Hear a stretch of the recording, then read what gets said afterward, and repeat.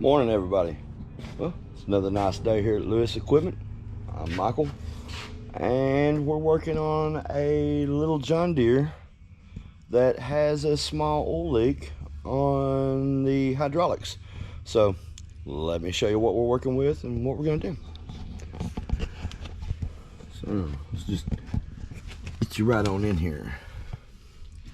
So what's going on is it appears that hydraulic oil is leaking either out of the spool, the line here, maybe that's not completely tight, or the O-ring's bad.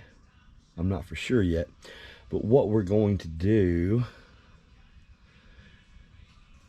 is disconnect this line, take the spool out, undo this line here, check all the seals and check the O-rings, and then we're going to put it all back together and see how that works. So, all right.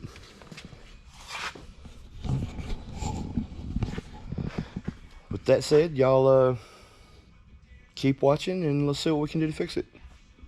Here we go. All right, so we're back here at the workbench and we've got our valve, as you can see here. Let you get in here and get you a look at that dude. Yeah, it's making a mess on my workbench. That's all right.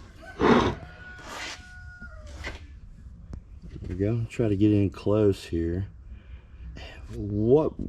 Where the leak appears to be was either here, maybe the O-ring here is bad, or possibly at the spool. I'm gonna go ahead and check this one and see if I see any signs of a leak as well. We might go ahead and just replace all the O-rings while we're here. Depends on what we see, I guess.